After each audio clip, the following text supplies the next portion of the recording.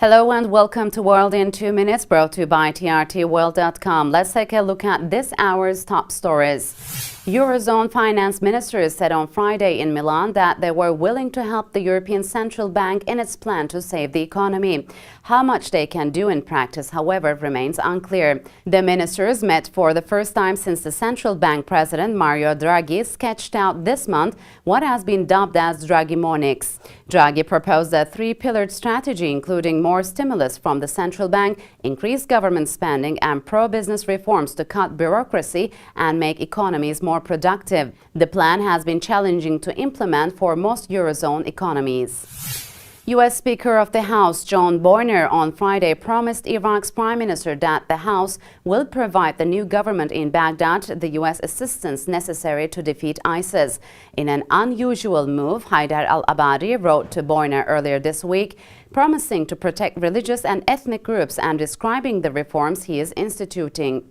The prime minister also vowed that Iraq will lead the fight against ISIS with the help from the United States.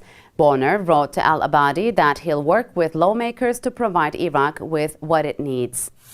Yahoo founder Jerry Yang is about to make an enormous gain on bet he made 9 years ago. Yahoo then invested $1 billion in Alibaba, a relatively unknown internet company led by a former English teacher in China.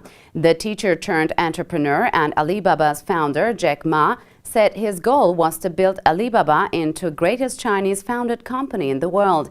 Analysts described this investment as Yahoo's golden ticket. U.S. Secretary of State John Kerry arrived in Egypt on Saturday amid U.S. attempts to form a broad coalition to tackle ISIS militants. Mr. Kerry will meet Arab League chief Nabil al-Arabi in Cairo on the latest leg of his Middle East tour. He has enlisted the support of 10 Arab states so far, including Saudi Arabia and Qatar, but on Friday he ruled out Iran joining the U.S.-led coalition. And thanks for tuning into this hour's edition of World in 2 Minutes. See you within 2 hours. Goodbye.